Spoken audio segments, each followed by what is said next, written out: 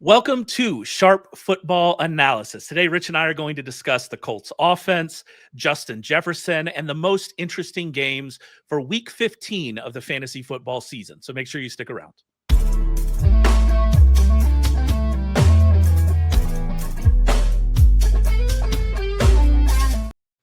What's up, everybody? This is Sharp Football Analysis. I'm Ray. He's Rich. We're here to get you ready for Week 15, the first week for most leagues of the fantasy football playoffs. But before we do that, I wanted to let you know about a great offer over at sharpfootballanalysis.com. There's 4 weeks left in the NFL season. We have a special offer for you to get on board at a massive discount. Right now, you get the final 4 weeks of NFL betting recommendations and exclusive fantasy football content for just the price of 1 week. So 1 week gets you the rest. The price of 1 week gets you the rest of the season. This discount gets you full access to our service at a 75% discount. Go to sharp.football to learn more about how you can join. We're coming off a great week, our most profitable week of the season. A $100 bettor won over $1,600 following all of our NFL recommendations last week. So we're closing strong. We traditionally do close strong.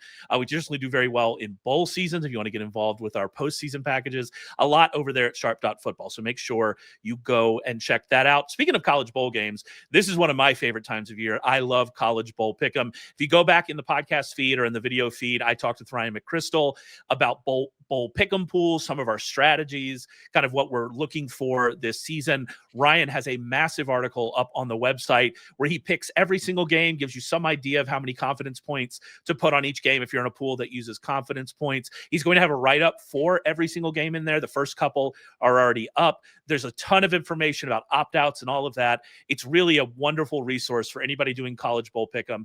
I cannot recommend it highly enough. And by the way, if you're not doing college bowl pick'em, I'd recommend you do it. It's so much fun.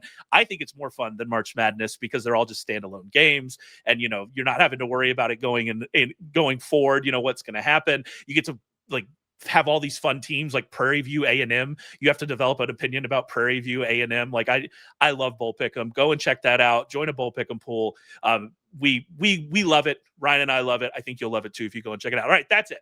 We're done selling stuff. We're going to start talking about fantasy football week 15. And I think it's interesting. You kind of did this in your State of the Union, as we're now calling it. In fact, we need to put that at the top of the article somewhere. We're going to find it. We're going to figure out the State of the Union. You talked about how, we had a good week offensively. So we kind of got off the snide a little bit from an offense perspective.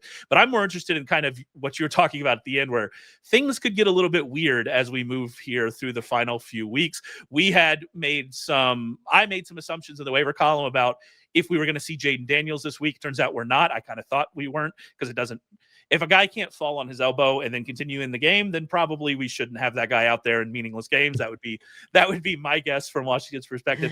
But we could see a lot more of that. I'm actually surprised we got T. Higgins with a limited practice on Wednesday. We'll talk about that more as we get into that. But this is a weird part of the season where guys always show up.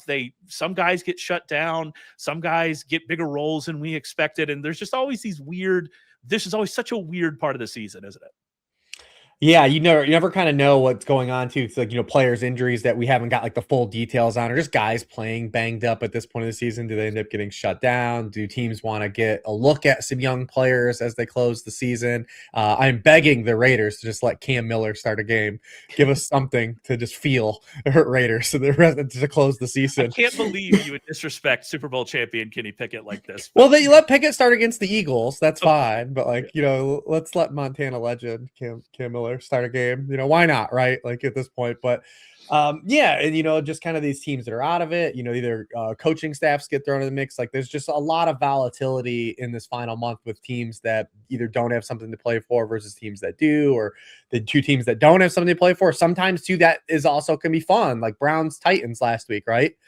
We swung and missed big on that one, didn't we? I did not expect anything that happened in that game. It was so fun too. That was the other part of it. It wasn't like we were like, all right, are we going to get fun games? We have some of these. Yeah. I think I called them toilet bowl games. And that game was just a good time. Everybody just had a good time. Let's just have fun watching these two. They're still bad teams. That's fine. Yeah. They're good players out there, but there's still not good teams in the scope of an NFL football team. But yeah, it was just fun. Let's just have a good time, kids. Let's just all have a good time. That's what I like. Yeah, and we got a couple of those maybe potentially in the docket. The week before, we had like Jets Falcons that ended up Yep. being like the DFS winner. Like if you stack that game, so you have these two bad teams that are kind of finishing out a season. Just weird things can happen. So hopefully we get in a few more of those spots. But yeah, we're just trying to keep our ears in the ground and trying to calibrate for as much information as we have. But don't be surprised if like the next couple of weeks we get some more kind of random things about guys either getting shut down or some roster and personnel changes.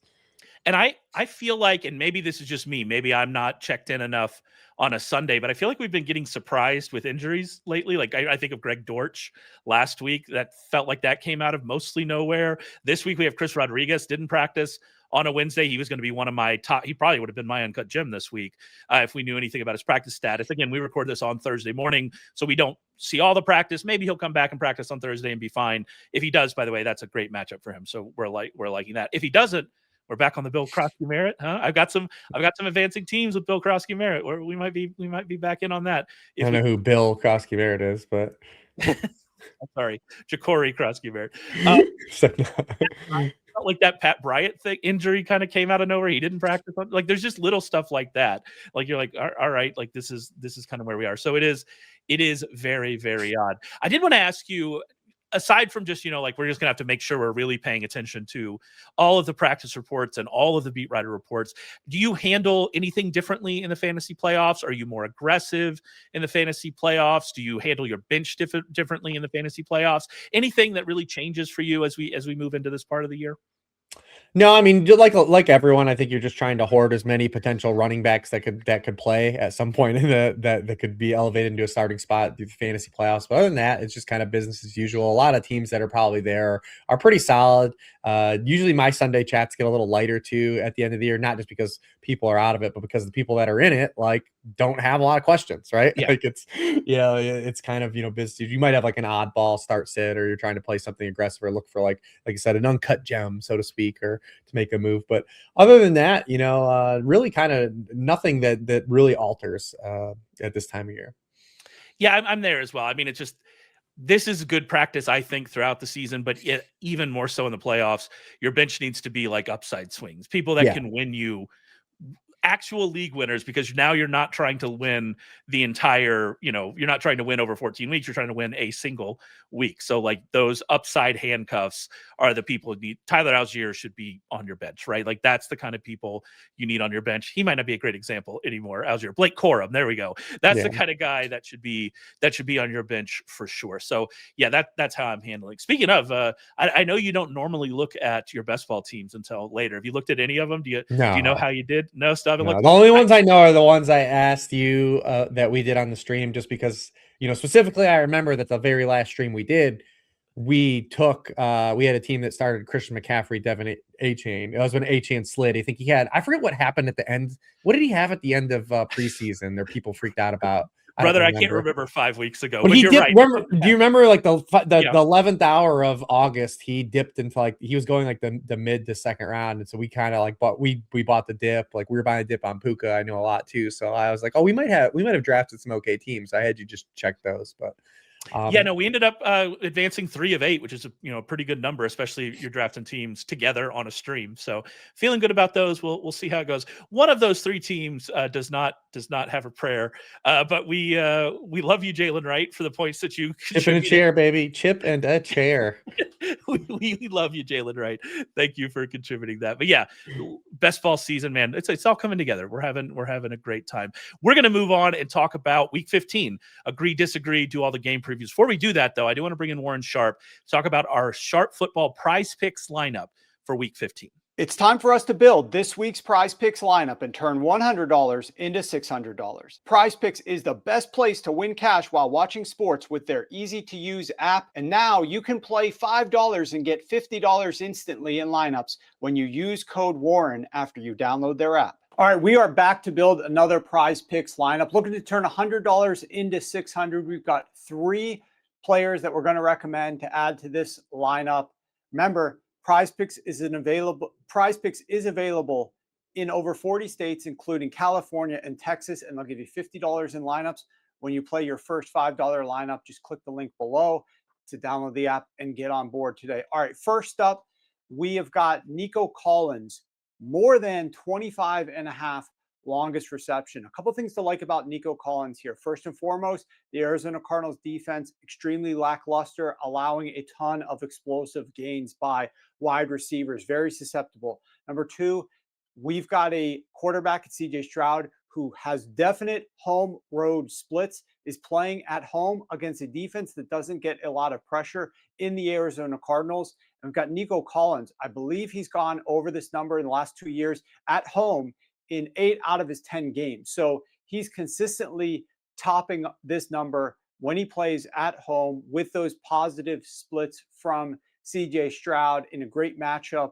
It's too good to pass up. So we're going to go more than 25.5 longest reception for Nico Collins. We're going to stay right here and go with another longest reception, and that's Dalton Kincaid. Dalton Kincaid has played 9 games this year. He's gone more than 19.5 for his longest reception in 8 of those 9 games. He's now going up against a New England Patriots, as you can see right there. I mean, look at the screen. You can see nothing but green on the board. He's consistently topped this number, and he had over 100 receiving yards when he played the New England Patriots earlier this year. Yes, we should get maybe a dusting of snow, at least as of the time of recording. Like, I don't know exactly what it's going to be on Sunday, but the forecast as of this second is calling for light snow early on in the game, winds not too extreme, and temperatures cold, but not, -1 degree like we're seeing in some parts of the country where some of the games are being played on Sunday afternoon. So we're not going to be like Chicago. We're not going to be like Cincinnati. It's in Foxborough. And while that's the Northeast, we're actually going to see warmer temperatures than we are getting in Cincinnati. So more than 19.5 longest reception for Dalton Kincaid. Let's hope he keeps that season streak alive. Last but not least, we've got Theo Johnson of the New York Giants going up against a Washington Commanders defense that ranks number 31 against yards per attempt to tight ends. And Jackson Dart likes to target Theo Johnson. Jackson Dart has given him 8, 8, and 6 targets in the last 3 games that he has played with Theo Johnson, going up against this weak Commanders defense versus tight ends. And the juxtaposition is this. Theo Johnson has played a ton of ridiculously good defenses against tight ends. I have numbers here dating all the way back to week 6. He's played 2 games against Philadelphia. They're the number 1 defense against tight ends. A game against the Packers, who are the number 3 defense versus tight ends, and a game against the 49ers, who are the number 7 defense versus tight end, plus a game against the New England Patriots, who are around middle of the pack. He's only played 3 games against defenses that are below average versus tight ends. The Lions, number 17, the Broncos, who are number 21, and the Bears, who are number 23. In those 3 games, he has 66, 75, and 77 receiving yards. We're opting to go for a fantasy score more than 8.5 because PrizePicks allows us to take a fantasy score, and it's full PPR over at PrizePicks. So if you want to get involved with some of these, putting a couple of these in your lineups, PrizePicks is the place to do that at. And Theo Johnson has great touchdown upside in the red zone where Jackson Dart likes to throw the football to his tight end. So we're not going yards. We're going fantasy score. We suggest you do the same over at PrizePicks. And that's our 3-player lineup. As you can see there on the screen, we're looking to turn $100 into $600. We're doing it over at PrizePicks. If you want to join us, click the link in the description below, and you can get on board as well and get $50 in lineups when you submit your first $5 lineup. All right, let's get to it.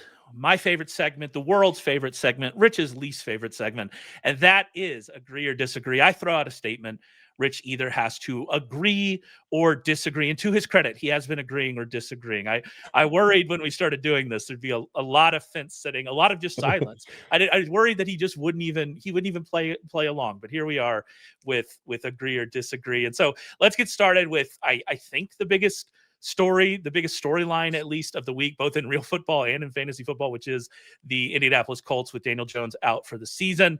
And so my statement for you is that Jonathan Taylor is the only usable Colt this week. I mean, I'll say disagree. Because I still think if you're in a tight end, like Tyler Warren still has like some loose appeal.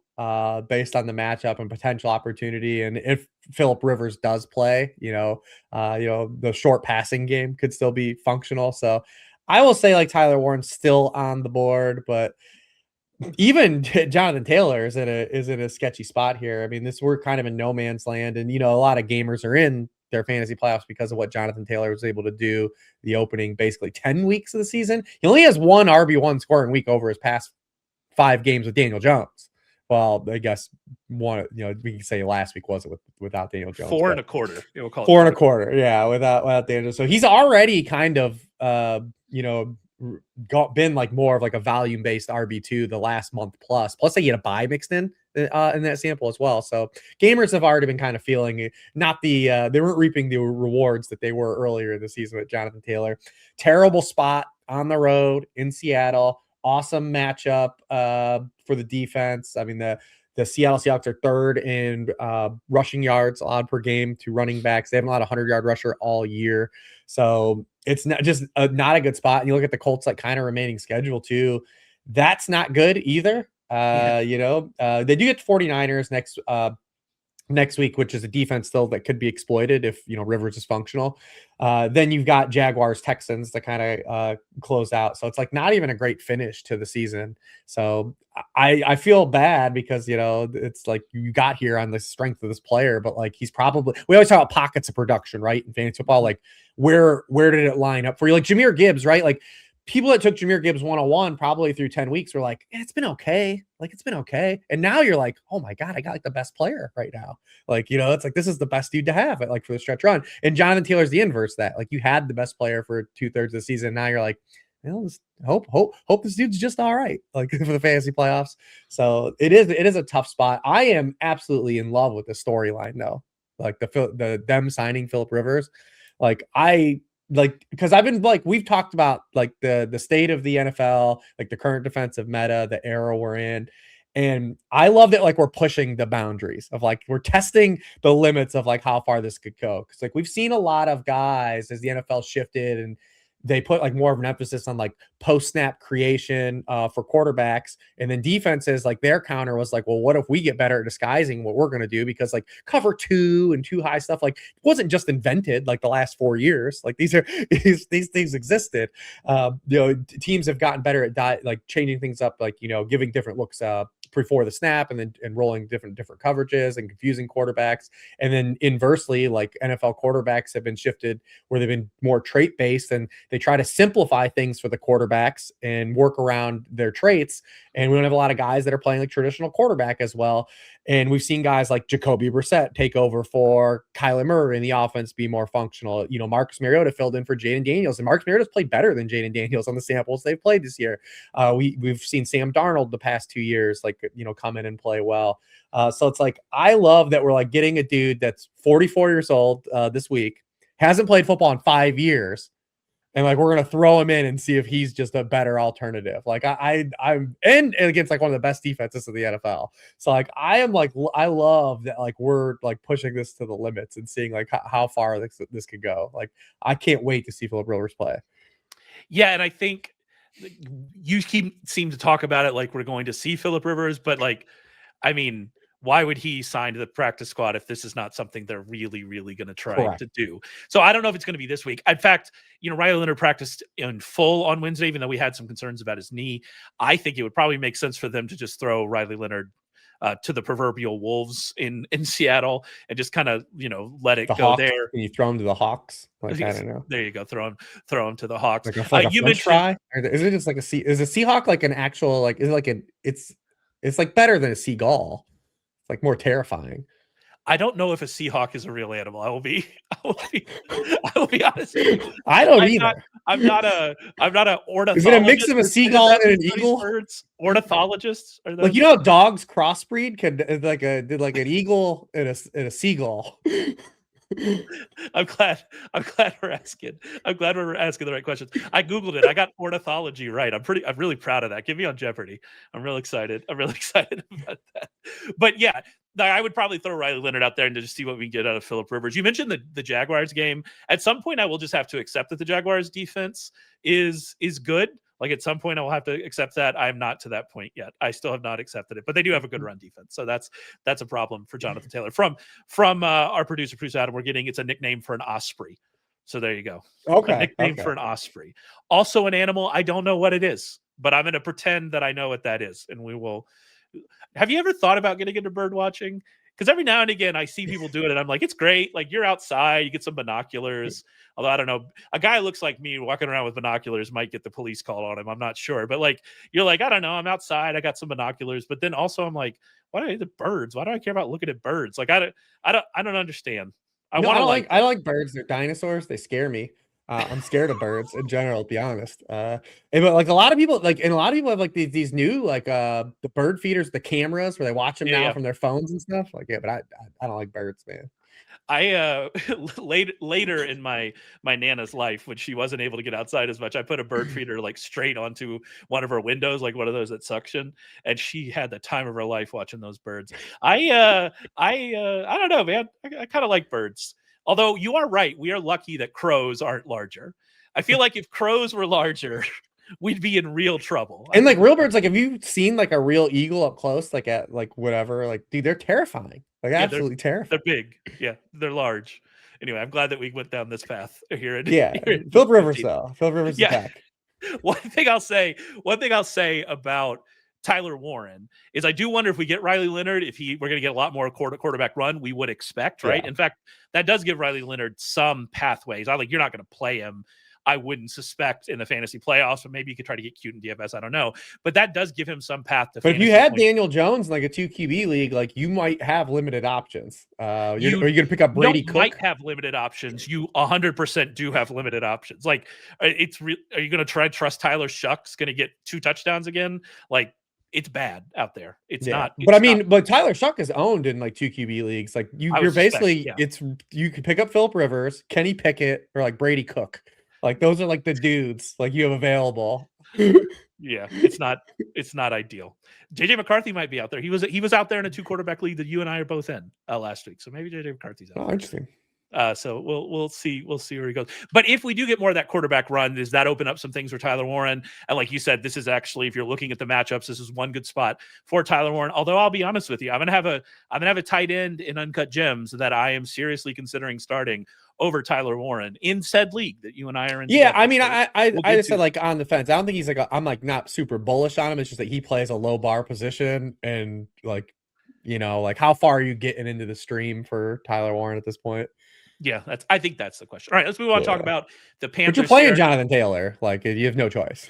Yeah, probably. And I think, like, at this point, it depends on how deep the league is. You might just be playing Michael Pittman. Because, like you said, Michael Pittman matches with what we would expect out of Philip Rivers and what we saw out of Riley Leonard when he entered the game. Like, you would at least expect he's going to, like in a Gardner Minshew kind of way, at least going to get a lot of targets, right? And if you're in a PPR league, maybe that gets you there. I would still think Pittman's kind of in that startability conversation as well. Yeah.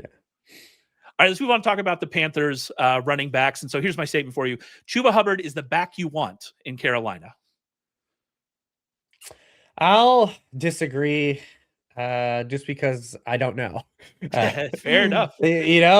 So because Dave Canales before the bye kind of talked about like they still want to like incorporate Rico Dowdle. It looks like it's going to be one of these things where it's like just a split, could be more of a hot hand situation week to week, but they are definitely going to use Chuba Hubbard on like passing downs like they've been the last couple of weeks. Like Rico Dowdle's been an absolute liability in pass protection. This is like what's kind of opened the door again. And it's also like this is a couple spots too that I think is driving gamers crazy because we still have this aspect bleeding into fantasy football that is driving people crazy. Travion Henderson, Marion Hampton on Monday night. Did you watch him? Oh my gosh, dude. Like, well, on Henderson, like he came in, I think it was in the 4th quarter, and he got lit up in pass protection. And I went, oh no, like that's it. And I think it was it. I think that was basically what we saw from him, before the bye.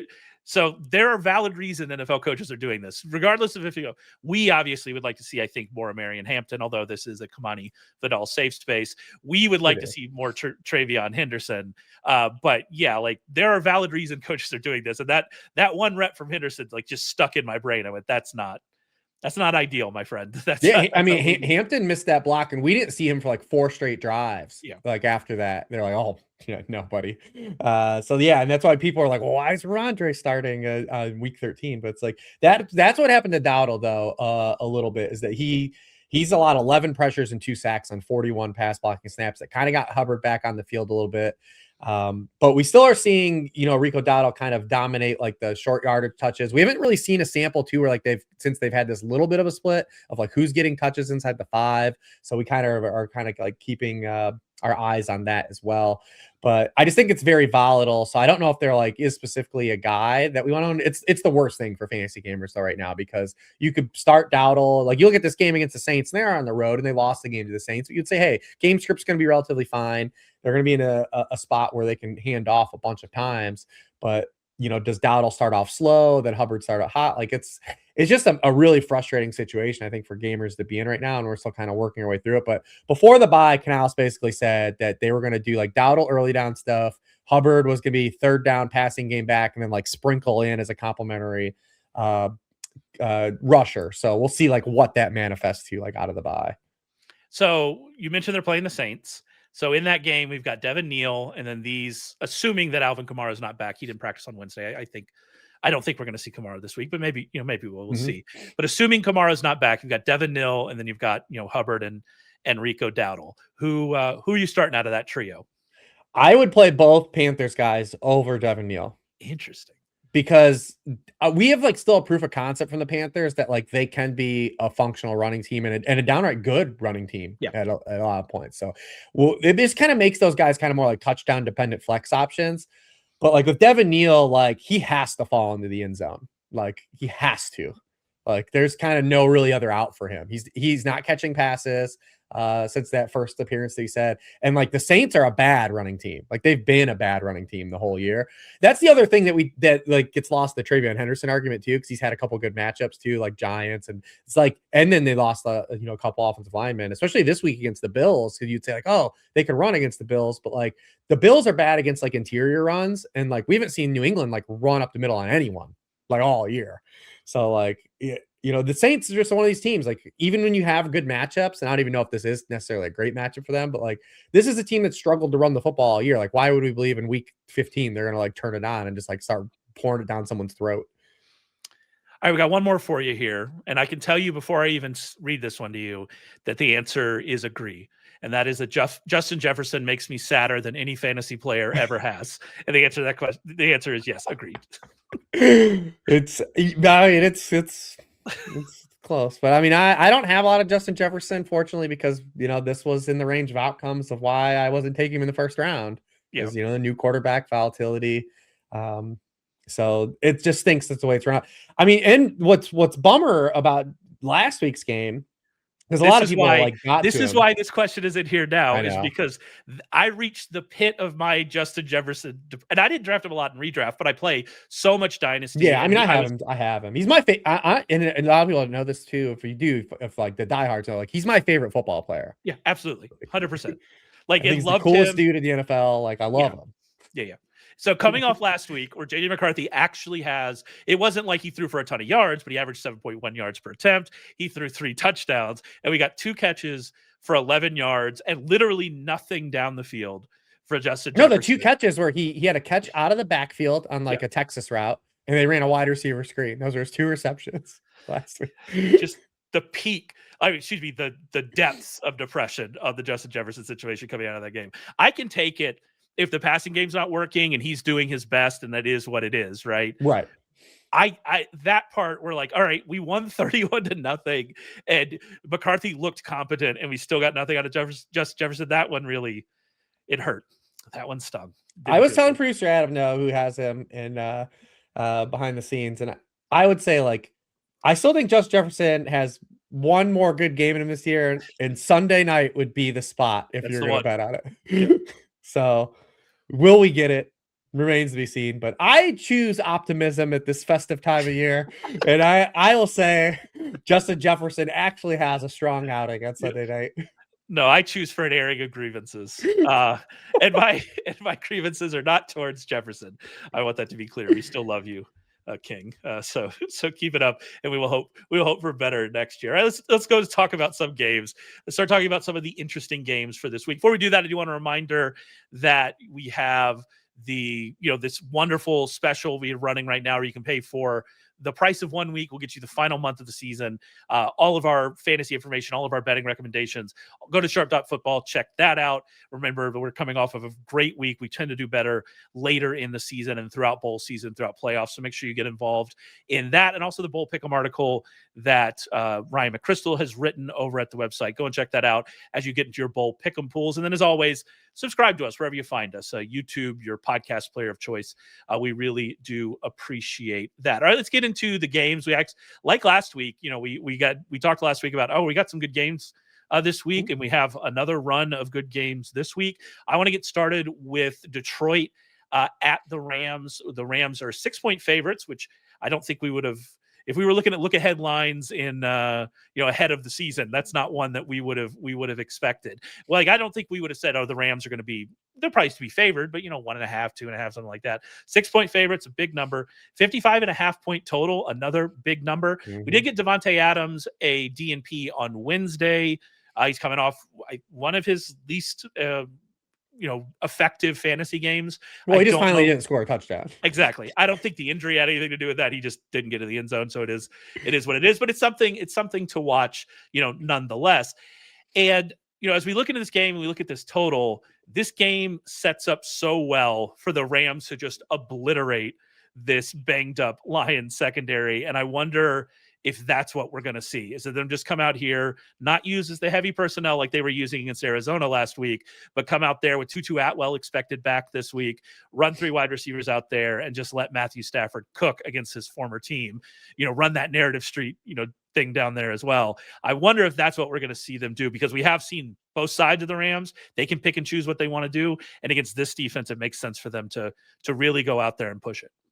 Right. And it made sense for them to play heavier against Arizona, who's banged up. They were banged up in the front seven, missing a bunch of dudes. Nolan's been out. They've lost just a ton of guys. Arizona's just a team. They're one of those teams. Just get through the month of December.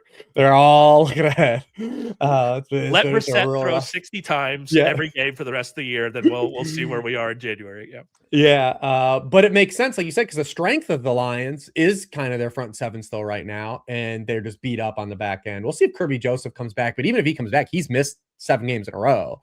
Terry Arnold's out for the season. They lose Brian Branch, a big key piece of their defense. So it makes sense. And Tutu Atwell's coming back, so like they could mix in more 11 with another speed player too. So I do believe that they actually will come out, pending health of Devontae Adams, and actually do play more open and attack the Lions vertically. We've seen the Lions over the past month. They've allowed the most passing yards in the NFL. We also seen too, like, where they struggle, like they've been roughed up in the play action game over the past 5 weeks. They're 27th in yards per pass attempt allowed in the play action. They struggle against under center passing, which is, Matthew Stafford's played under center more than any quarterback in the NFL this year. So, and the crazy thing is they're still just like rolling out all this man coverage. Like they're like, this is what we do. Like we're gonna play aggressive. This is our style. That allows for the big plays. That's why I think this total is so fun, because I do think the Lions will find a way to get points too. But you're indoors. We have a lot of cold weather games this week. You're gonna hear a lot of games being played outdoors. Cozy inside, high flying offenses, and we get the Lions as dogs. And every time you have Dan Campbell as a dog, like, dude, they might not even punt. Like, so.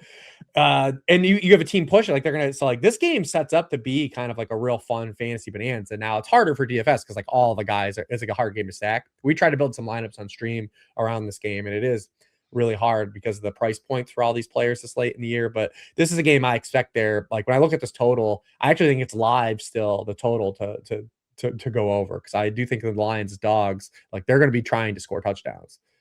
Yeah, absolutely. And that's why I think if I was, approaching this from a DFS perspective, I like this being a secondary stack on a different game, especially since we do get pretty concentrated usage, right? Like, so you can go super expensive with like Puka and Amon-Ra, or Puka and Jameson, or, however you want to do this. If you want to try Colby Parkinson, although I do like Colby Parkinson as a streamer this week because he just keeps scoring touchdowns, and we saw his route rate jump last week, but we also saw his route rate jump in a game where they use a lot more heavy personnel. And we just mentioned how they might not do that. So, you get tricky there. What I will say about the Lions, and you're right that they have been running a lot of man. And even last week, they were still 9th in the rate of man at around 30%, but that is down from where they were. And I think we did see last week them not utilize quite as much of it. It's like, it seems like they are changing a little bit, but you're not going to change your defensive identity overnight. It's just not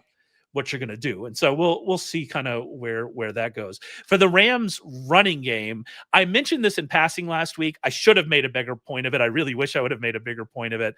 But last week was a really good setup for Blake Corum because of the situations that he has been getting touches in this season and just the explosiveness he has shown all season. And so I really liked him last week. We had some bets around him last week, and obviously those hit, and I used him in some DFS lineups, and that ended up working out. I was really excited for him that week. This week feels different to me because like you said, even if the Rams are able to come in there or be there and score a lot of points, I do think the Lions are going to be able to keep up on the other side as well. So we're not going to get that kind of runaway game script that allows Blake Corum to really be involved. And if you go back and look at it, Corum has 27.5% of the backfield carries when the Rams are trailing or leading by a touchdown or less this year. We saw when they were in a game with the Panthers 2 weeks ago that an even injured Kyren Williams dominated work in the second half. So I'm just throwing this out there as, I like Blake Corum. I think Blake Corum is a great person to have on your bench. I wouldn't maybe get trapped into trying to use him this week, especially in this matchup. Just throwing that out there for everybody. As the other side, the backfield on the other side, Jahmyr Gibbs is kind of having his own microcosm of the Lions season, and that's just been like this roller coaster that we've been going on of just like sometimes it's a dud. Early in the season, we just weren't getting the spike weeks, but it was fine. This last several games, it's been like, all right, he's the running back 1, or he's like the running back 25. It's been wild. This is, seems like a better spot for him than it does for David Montgomery, especially if we get pushed here, get him involved in the passing game. You're definitely going right back to Jahmyr Gibbs this week. But I just think that it's interesting what we've seen from him, especially since Dan Campbell took over as play caller. Yeah, I mean his utilization is just so high, and you talked about the Lions too, like being able to where you could stack this game now is because they've become more content. Losing Laporta over the course of the season has really kind of changed them. The backfield split has really shifted just to favoring Jahmyr Gibbs at this point. Since Dan Campbell took over, his snap share has gone up about 7% per game. He's gone up over 10% in terms of the backfield touches since then too, which is significant. And then the utilization as a pass catcher paired with the Laporta injury, that's how they've used to circumvent some of the loss of Laporta and all their other tight ends. They're playing like Dan Skipper at tight end, basically as an extra lineman. We were getting excited about Ross Dwelly bets, and then now he's not even on the team anymore. Yeah. We're getting Zylstra back. So there you go. That's where we were with tight ends. Yeah, I mean, since Dan Campbell took over, he's got 21.3% of the backfield targets. That's RB2. Christian McCaffrey still number 1 over this man, but he's been targeted on 30% of his routes. And he's been a more explosive runner than Christian McCaffrey. So you're getting Christian McCaffrey type utilization in the pass game, plus paired with a more explosive player. And that's where we've seen the spike weeks. It's just the ceiling that's really hard to combat. And there's been a little volatility, the Thanksgiving game. He wasn't as good, but the weeks where he's winning you games are just massive. And what's interesting about this matchup, though, it is teams that the Rams are second in points allowed per touch to running backs, and the Lions are third. So it's not a great backfield matchup, but we have seen the Rams face Christian McCaffrey twice and him still get over as a pass catcher in those games. So I think that's just an out for Jahmyr Gibbs. He's been steadily used as a pass catcher in every game but one since that was the Thanksgiving game. And I think that was a game we did props around his receiving too. The one game where we had props around his receiving was the one. So that's our fault. We apologize. Yeah, we jinxed that one, but so yeah, I mean, you're obviously just playing, so ceiling's been so high, and you get this game environment that's just intoxicating, alluring. Be a little more hesitant on David Montgomery. He had the long touchdown last week, but the touches just haven't been there. I mean, he's had more than 10 touches in one of the games since Campbell took over, not getting any type of utilization as a receiver. So he's very sketchy, I think, to chase. Even if you get a touchdown for him, he's just okay, because he's just not getting enough raw touches at this point. You need kind of multiple touchdowns from David Montgomery, and we just can't really bank on that at this point. And then, so yeah, it makes it interesting. It sets up to be a passing game, though, for both teams too. That's what makes this game so even the extra nudge is that both of these teams are really good against the run. Yeah, absolutely. It's going to be a fun game. I think you're not going out on a ledge when you're saying that it's a game with this, but I do expect this to be a fun game. So I'm really looking forward. And if you're to chasing points in the late slate, and you don't have piece of this game, like if you're doing the 1 p.m. check-in lineups, you're like, oh, I hit my stacks. They're just like, you got to worry about this game. And then inversely, if you've got some piece of this game and you're looking to make up points, you're going to have to pivot off of something else like 49er stacks. Yeah, this might be a good early only week. I might be playing some early only this week and see what I can get out of that. All right, let's move on to talk about the Ravens at the Bengals. Ravens 2.5-point favorites in this game, 52.5-point total. Another good total that we're getting here. Like I said that earlier in the episode. T. Higgins was limited on Wednesday, and again, we record this on Thursday morning, so we don't know what's going to happen. Are you with me? That was very surprising, right? To see him any type of practice on Wednesday. Yeah, and we don't know like what he did. Did we get like reports of what he actually did though? I didn't see one. No. Yeah, so like it's one of those things. Like the list was limited. What did he go through? Like a walkthrough? Did he do so? Like I don't know. I'll say this: watching that game, everyone knew he had a concussion, or something. Like multiple times he's falling in the snow. It's just like you're like, all right, and he just had, and we're seeing a lot of repeats this year. Yeah. It feels like. And so like them having basically 1 to 2% playoff odds, depending where you look, and him having his second, head or concussion like symptoms for the second time in a month feels really egregious. Like for them to put him back on the field, like you would think you'd want to be cautious with him. So we'll see how it plays out. But and then also, if we're kind of in the same vein, did you see that press conference from Joe Burrow on Wednesday, where he was like, I don't know. It was odd. Like if I want to keep doing this or stuff, like the vibe. I mean, I think that's just playing for the Bengals, man. That's an organization. Like they do those like player report cards or whatever. Like the Bengals are always not anymore. Last. They don't. They're always like last. Like wasn't it like they weren't even like didn't the players have to like pay for meals 2 years ago? Still, like it's just like I just think it's playing for that organization takes its toll on you mentally. Yeah, we're hoping we're thoughts and prayers on you. Joe Burrow. We hope that it's fine. Let's get started with the Ravens offense, though. Everything was not fixed for the Ravens offense last week, but Lamar added some rushing production, which obviously we want to see. But I think more importantly, you had a bunch of these stats in the worksheet.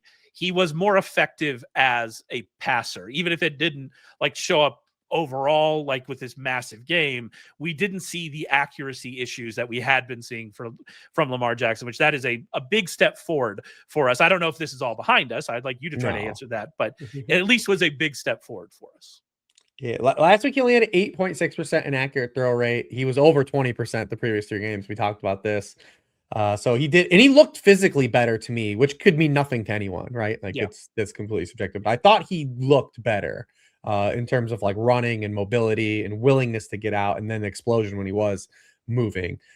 They had a lot of, I don't want to call it bad luck. They had a lot of miscues in the red zone because that's what they've done all year too. It's just, you can't expect that switch to be flipped. And remember, the Ravens were like a big red zone regression team that we earmarked from a year ago. I think they were number 1 in red zone conversion rate last year. Lamar Jackson last year set an NFL record in terms of red zone efficiency.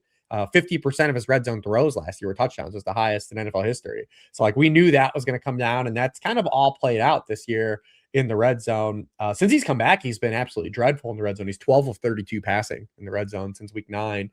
This season, he's completed a league low 42.5% of his throws in the red zone. That's a career low for him too. So 17 of 40. So they just really struggled. They had chances to score points in that game though. They moved the football in that game. They just didn't close drives, which was their problem. I expect them to move the football here in this game. The first game was really weird between these teams in terms of the turnover kind of fortune and how it impacted game script. Remember, the Bengals ran 80 offensive plays on Thanksgiving.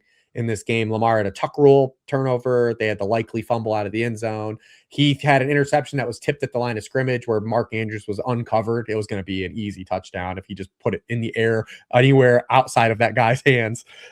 So I don't think we'll see those types of turnovers in this game. I expect them to move the football better. I expect them to Derrick Henry to have a significantly higher workload that he had on Thanksgiving because of the way that game played out. So I am expecting this game to play out completely different than what we saw 2 weeks ago. Yeah, and I'm glad you brought up Derrick Henry because that's the one game against the Bengals that we haven't seen him just absolutely stack carries. That's the one. Every other time he's just been 20 carries, 20 carries, 20 carries. Obviously, we like the matchup here against the Bengals for him. He had success when he touched the ball in that game on Thanksgiving. Like, this really does feel like an absolute smash spot for Henry, but also like we just continue to see him not be as effective as we would like. And you talking about the red zone issues, some of that is Derrick Henry. Some of that is Derrick Henry. They're also not even the red zone. They are one of the worst teams in short yardage this year, period. I had it. Well, first of all, they've only their past 5 games, they have a 34% conversion rate on third downs, despite having the lowest distance to gain on third downs.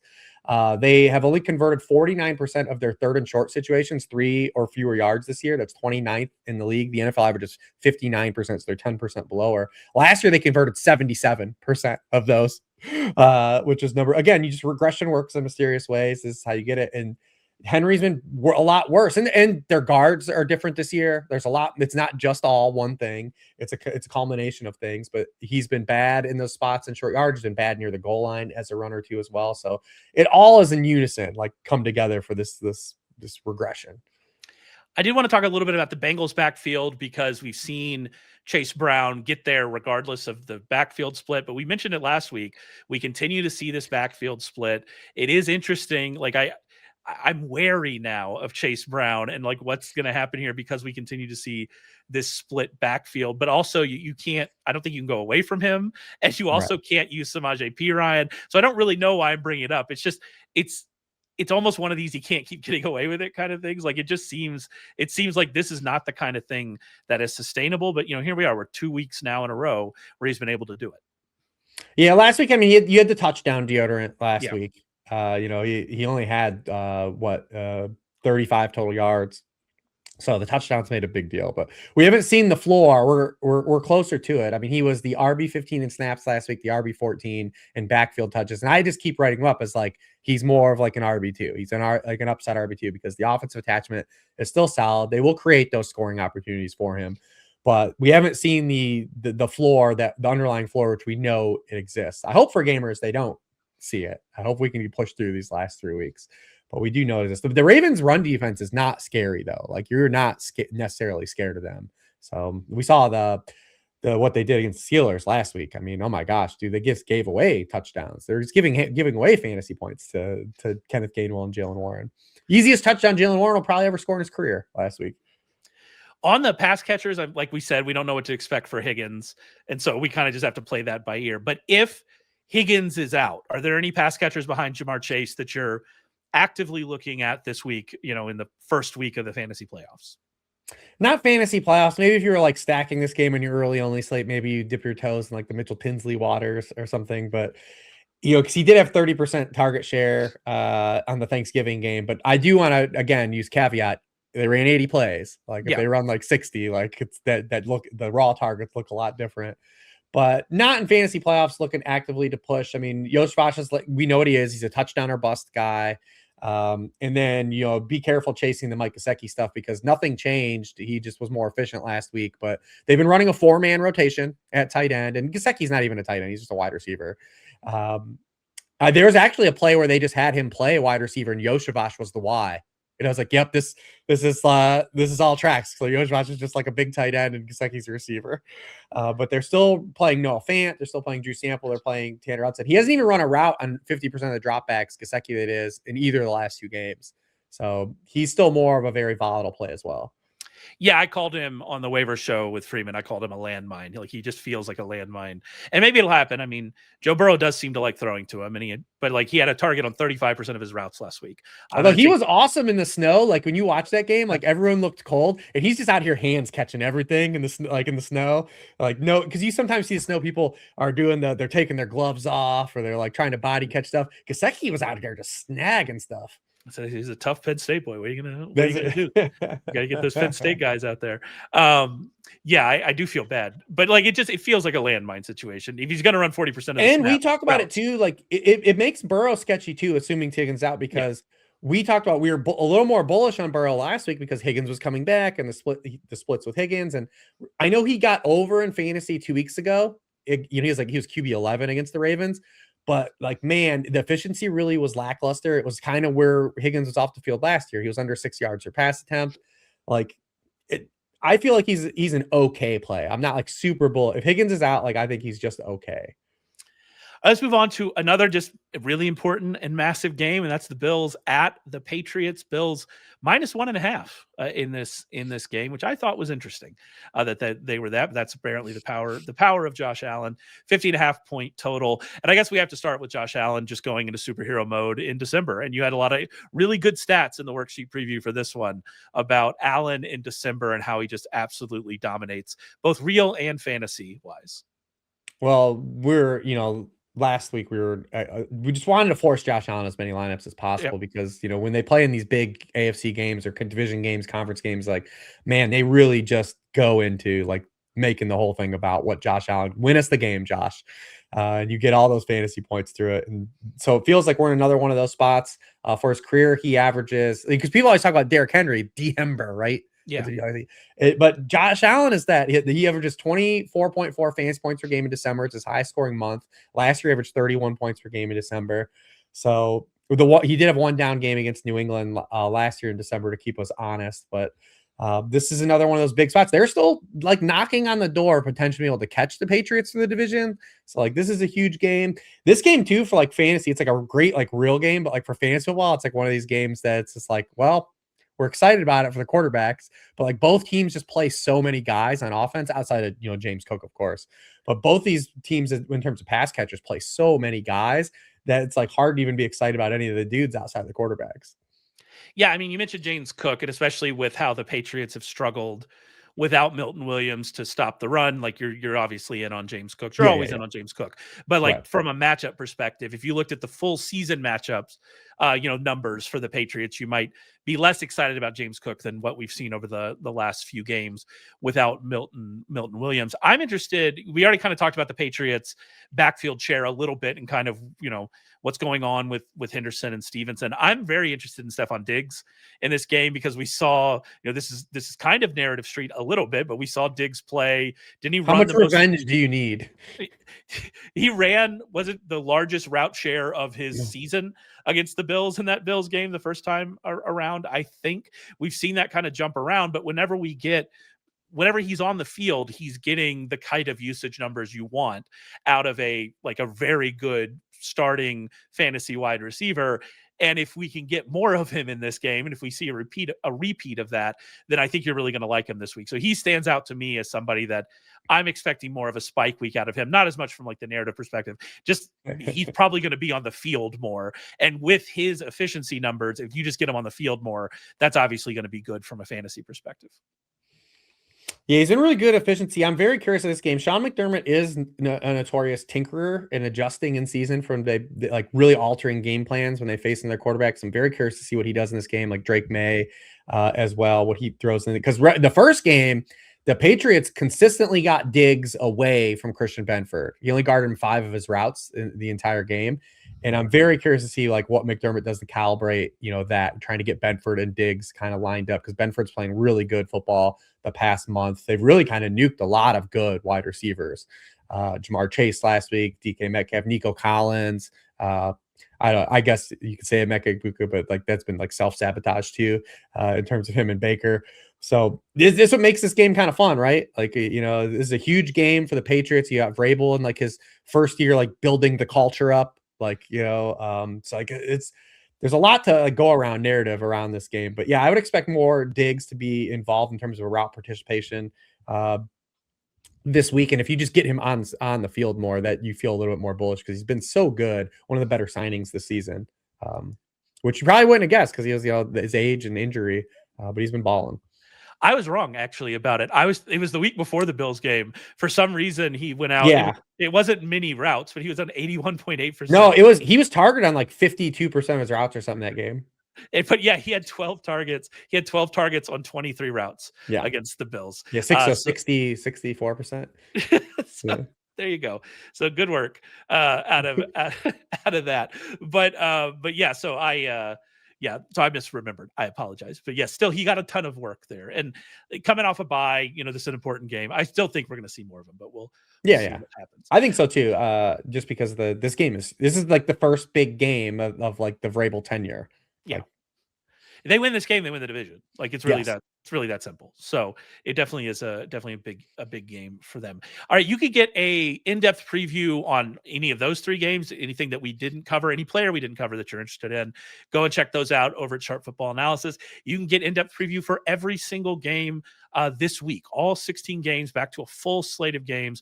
All of those previews available at Sharp Football Analysis, part of our fantasy package. And remember, if you head over to sharp.football, get some information about how you can get the rest of the year for the price of 1 week. So it's 75% discount. So make sure you go and check that out. We're going to finish up here with our favorite segment here, Uncut Gems. We're trying to identify players who are either on waivers or on benches in deep leagues who we think can outpace expectations this week and put up a starting level score. I got saved last week by some rushing touchdowns from Tyler Shuck, but those points count, baby, and we take them. Thank you, Tyler Shuck. You did. Second touchdown, I even put it in the worksheet. Like when someone does something cool, I try to put it in the worksheet. That second touchdown you had was awesome. Yeah, let's keep it going, Chuck. We're excited. We're with you, Tyler. So there we go. But who do you got this week? Who's your uncut gem? Yeah, my guy this week is going to be Jaden Higgins. You look at the Arizona Cardinals, we kind of hinted upon it, like a team that's finishing up the stream. Over the past 5 weeks, they are 30th in completion rate allowed. They've allowed the highest yards per pass attempt. They've allowed the highest touchdown rate in the NFL. I think this is a really big spot for CJ Stroud. The Houston Texans have their highest implied team total of the year. We get another game indoors. We don't got to worry about any cold weather. Nothing's going to interfere with our passing game stuff here. And we would like a little more route participation for him. But like I said, the matchup, I think, carries here.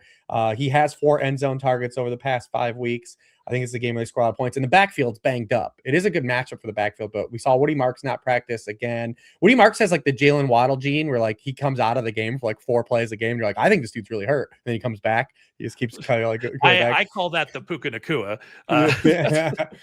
Yeah, we see this with Julio. Julio Jones was like this too. Like the player, like, oh no, Julio's hurt again, and then he would just be like bounce back. There was a play. Was it 2 or 3 weeks ago with Woody Marks where I swore he tore his Achilles? Yeah, that was the Jaguars. That was a Jaguars game. Yeah, I was like, oh, dude, Woody Marks is done for the year. Yeah, he looked done for the year. Like, and then he was just back like 3 plays later. It was wild. But Nick Chubb is banged up too, and we'll see. Like when we get to Sunday, I still think they will run the football or try to run the football. But this is another team though. Even when they have good matchups, like they don't run well. Like they're just not a good running team. So I think that CJ Stroud set up to have a really good game this week. So if you're like really in the bag, like that wide receiver 3 spot, like flex, and you're just like, I have Jaden Higgins, like this might be a week to dust them off. Can I tell you a nightmare I had when I was doing the transactions, the injury report article last night? Because Justin Watson got a limited practice last week.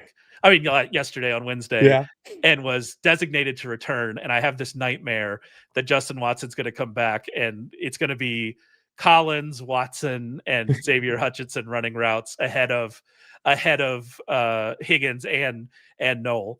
And I just have this played a little bit more last week too than against the Chiefs than he had been playing. Not enough to be like fantasy radar worthy, but there's something. Well, he helped me hit on my Kirk under 1.5 catches, so we appreciate that. Yeah, by the way, in that game, Kirk came out and had a catch on like I think the first play, and I was like, oh no, this is going to go poorly. But hey, they count. They all count. We're excited for that one. CJ Stroud also, I guess, could have been like, I guess he doesn't count, but like, man, if you're like in 2 QB leagues, like this is a spot where I would say like, CJ Stroud is definitely viable this week. Yeah, I mean, it's there for sure. We'll see. So here it goes. Please keep playing Jaden Higgins and don't play Justin Watson. That's all Please. Thank you. I'm going to go with, I kind of hinted at this at the top. I'm going to go with Theo Johnson, who's a guy I'm genuinely, seriously considering playing over Tyler Warren in a league that Rich and I are both in, a pretty competitive league. I don't know how you feel about that. We can get to that in a second after I get done here and make the case for Theo Johnson. But the basic idea here for Theo Johnson is he's pretty consistently gotten targets when Jackson Dart has been at quarterback, 21.7% target share with Dart on the field this season. He has 33% of the end zone targets from Dart. 5 of 15 end zone targets from Jackson Dart have gone to Theo Johnson. The Commanders allow 9 yards per target to tight ends this season, which is ahead of just the Bengals. Washington giving up 9 touchdowns to tight ends this season, which would seem like a lot if the Bengals didn't just give away touchdowns to tight ends for fun. Basically, if you took the Bengals out of the league, you would recognize how bad the Commanders also have been against tight ends, but it just turns out the Bengals are just that much worse than everybody else. I actually like this game in DFS. This is one of those games that I will be stacking and then doing a secondary stack with that Rams-Lions game. I like this game. Like lots of pieces in this game. I like Darius Slayton in this game. There's lots of things I like. I would like Chris Rodriguez if he plays. I'm going to like Bill Krosky Merritt if he plays, or if Rodriguez doesn't play. So there's a lot I like in this game, but I think Theo Johnson is a viable tight end option this week. And like I said, I think I am going to play him over Tyler Warren. I wonder what you think about that. I don't have a lot of pushback against it at all. I mean, I'm going to make some stacks this game too. I mean, the Commanders, you know, who knew building your defense on all these old players like wasn't going to work out, but they're particularly in the middle of the field. Their linebackers like Bobby Wagner and Frankie Louvu they have just been gouged this year. I mean, 2 weeks ago in that Sunday night game, like Sean Payton just like realized Evan Ingram was just faster than both those guys, and they were just spamming like Evan Ingram stuff over the middle of the field because they're like, none of these guys can run at all at this point. Both of those guys, I think, if you can include Jordan McGee, who's not an old, but he's like the third linebacker there. Like, I think all of those guys are at the very bottom of the league in like passer rating allowed this year, like amongst linebackers and coverage. It's a bummer because Bobby Wagner's obviously had a decorated career. It's just like father time. Sure. Father time comes for you, man. Like it's in the NFL. Like, but their linebackers have been absolutely roasted this year. Yeah, I mean, at this point, is Frankie Louvu, is he a linebacker? Is he a pass rusher? I think that's a question we're gonna have to ask ourselves moving forward with this Washington defense. It's gonna be an interesting offseason for Washington. I hope there'll be a fun team to talk about this offseason, how they choose to approach things moving forward. But that's it for us heading into week 15. We appreciate you listening. If you gotten this far, make sure you subscribe to YouTube channel, hit that notification button, get notified whenever any of our videos drop. Subscribe to your podcast player of choice. Remember to head over to Sharp Football Analysis, check out all of Rich's content, check out Ryan McChrystal's Bowl Pick'em article that again just gives you all the picks, what he thinks, where you should put them for confidence pool points if you're in a confidence pool, all of that available at Sharp Football Analysis. And Rich and I will be back to talk with you next week.